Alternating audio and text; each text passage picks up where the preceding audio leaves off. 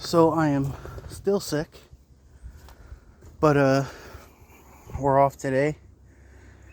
He had other things to do, so while I'm struggling to do anything with this chest congestion killing me, I'm going to change the shock angle on this car because it's terrible.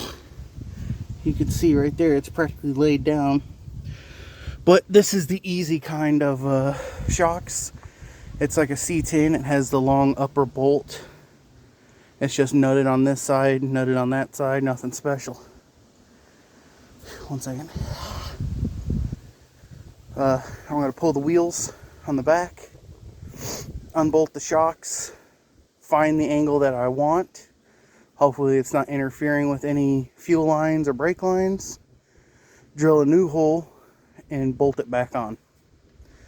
Now the only thing I fear is that the bolt itself will stick out and hit the wheel, because I did actually grind them down when I put the wheels on, because I thought they were rubbing, but they wasn't. So now I need to, at worst, I'll have to go get a giant mosquito off me. I'll have to go get a new upper bolt mount and put it on. But other than that, it's pretty much simple. Oh, let's see if I can't get these wheels off.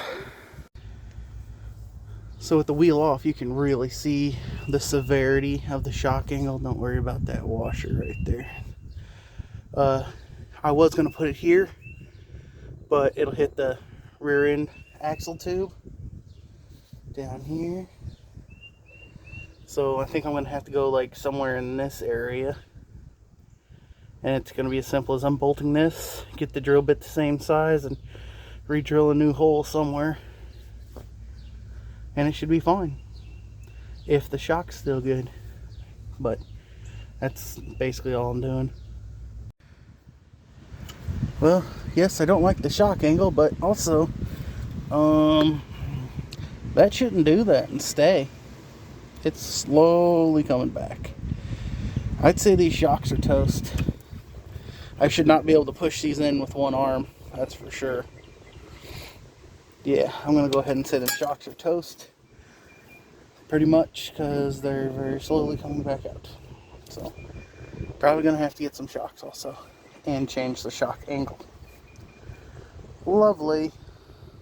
I think my sleeve is still on here. Yep, that's fantastic. I have to latch a hold of that with a pair of vice grips and try to twist it off. But for now, let's go to the other side and pull its shock off. Hopefully it comes off as easy as this one did, because it was pretty easy. Alright, we're back on the ground. I couldn't change the shock angle because there was literally nowhere else it would fit. So, if it still rubs, what I'll have to do is I'll have to make a drop down off of the, it's just a stud on the back of the leaf spring hanger. You know, like the old school ones, they just bolt on the bottom, it comes out and there's a bolt. If I have to, I'll make a drop down and out to make the shock stand up a little straighter. But it feels wicked stiff now. I mean, them shocks are completely blown out. So, maybe, just maybe, changing them shocks will just do the trick. Let's find out. So, where I'm getting over the sickness, I still am having a hard time, I wouldn't say breathing as much as, not coughing crap out of my chest. But anyway, I got the interior all cleaned out. That stuff I still need to put on. I'm going to put the seat in. My dad's been doing the headliner piece.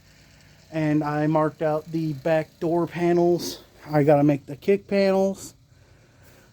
Still have to wire this. Run the AC lines, which I don't know what they are. I have to figure that out. And have some made. Bleed the brakes, that stuff. That's what's got to be done to this. I'm going to try and do as much as I can to this today before it either gets cold or I get tired, which is easy right now from the sickness. I ain't been doing nothing. But yes, drinking plenty of water, getting that done, getting the 41 done. The motor mount's broke on the 41. I'm going to have to take it out and weld it up at Potter's unless I get this one done to move it out, move the 41 in, jack it up, lay on the gravel and weld it. I'll be going out to Potter's and doing that. But yeah, my buddy, which also works at O'Reilly's, come in and told me that he helped me get a better discount at O'Reilly's too, which is awesome. He's the one that owns the 67 Impala, the Sam and Dean car. He also has a General Lee, and he just bought a Mustang he's going to sort of mock as the Mustang from Dukes of Hazzard. I don't remember what race it was. They raced though. But yeah, I've been cleaning the garage, got the seat ready to go in now. Get ready to pull these bolts, bring the seat over, fling it in there, and get it in. Seats in, bolts back to the factory mounts, of course. And it weighs a ton. Yeah, I was struggling getting that thing in, but it looks good in there. He's going to have it redone, of course. Of course, he's going to have door panels made. This is just pieces of carpet. But yeah, that's done for today. Whew. I'm sweating down bullets right now. Apparently this thing had chicken lights on it. I just noticed that. Thank God they took them off there. But yeah, seats in. Looks like it's got a good amount of room. So we're out here today working on the other Studebaker. Last time I was here, we put that new aluminum tank in. Well, it was gushing gas fumes into the cab, so as you can see, it's gone. We moved it back here to the back and put a filler neck in the bed. And now our exhaust is hitting the tank. Yippee skippy. And it was a pain to get that exhaust in there too. The passenger side's fine. The driver's side's too long. Unfortunately, the tip's already on it because it's the exhaust that worked.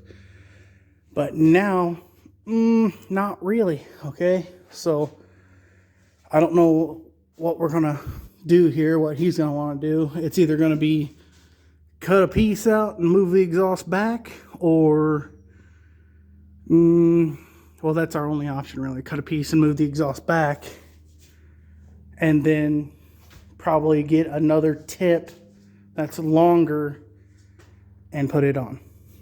But as of right now, it's not going to go with that exhaust hitting the tank. Very bad for that gas to be that, or that exhaust to be that close to that tank anyway, because it'll cause your gas to boil and you'll end up with vapor lock. So, not the good. But waiting on him to get back. He had to go help a customer with the car.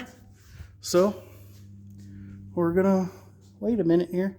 I'm gonna bring my car over here probably this weekend, put it on this rack, check out the whole bottom of it. And also my motor mount's broke because it's homemade motor mount. There's no bushings or nothing in it. I'm gonna bring it over here, put it on there, and weld it back. So this one's fine. This has got basically the same setup as mine, except for they kept the whole subframe, whereas mine's clipped like right here on the 41. Sorry, I'm super thirsty all of a sudden. Same Camaro rear end, Camaro front end, Camaro motor, Camaro front brakes, you know, it's all the same. But this one, they just kept it, made some bigger mounts, you know, completely different, but the same. But yeah, we're about done with this. And we'll move on to something else for today.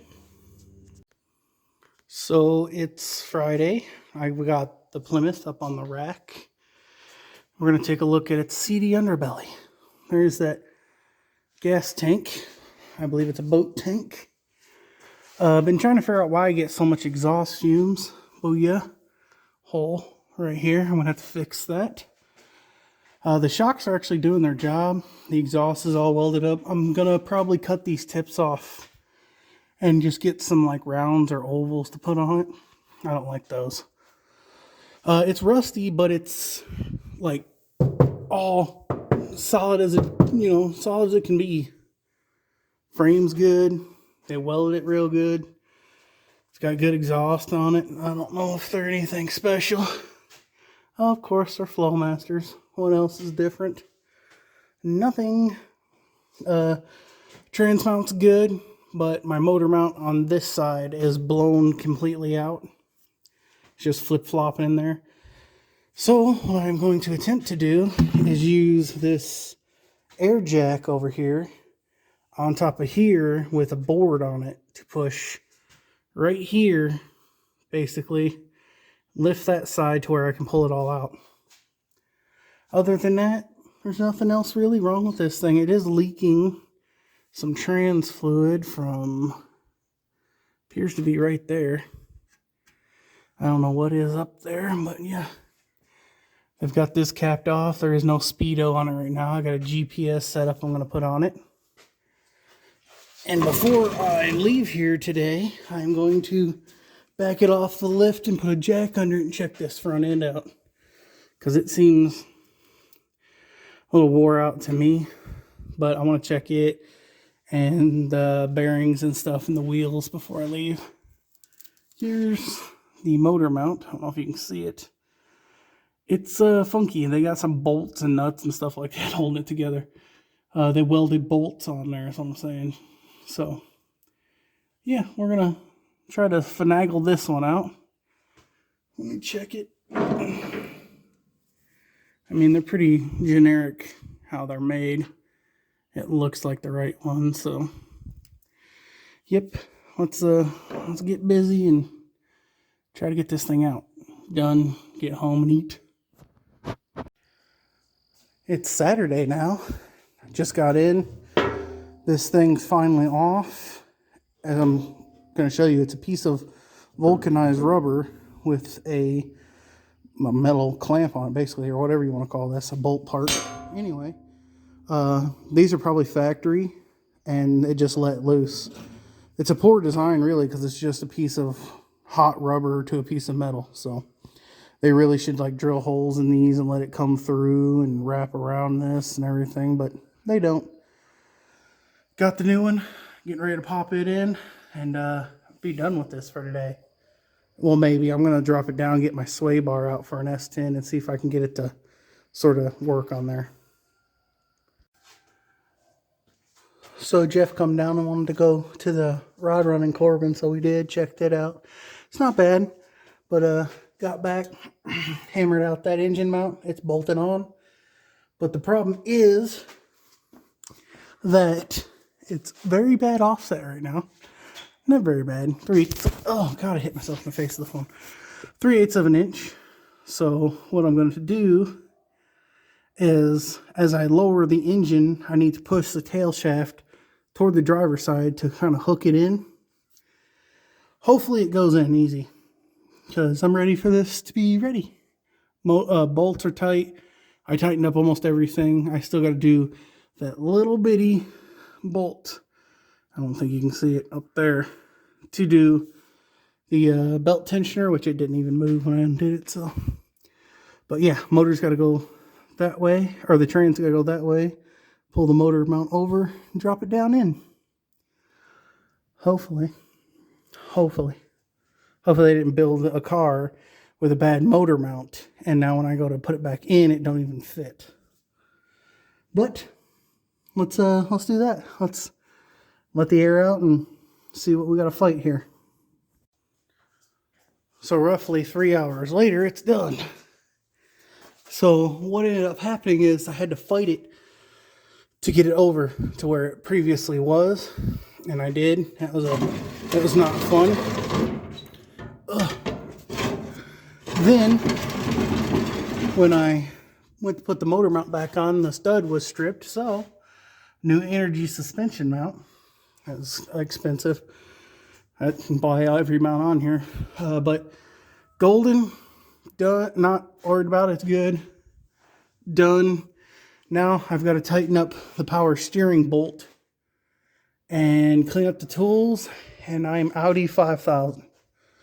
I was going to attempt to check a sway bar on here, but I can tell already it's not going to work. Just no way. But let's Let's finish this up. Get out of here. You want to know what happens when you hang out with car people? You get car stuff. You get addictions.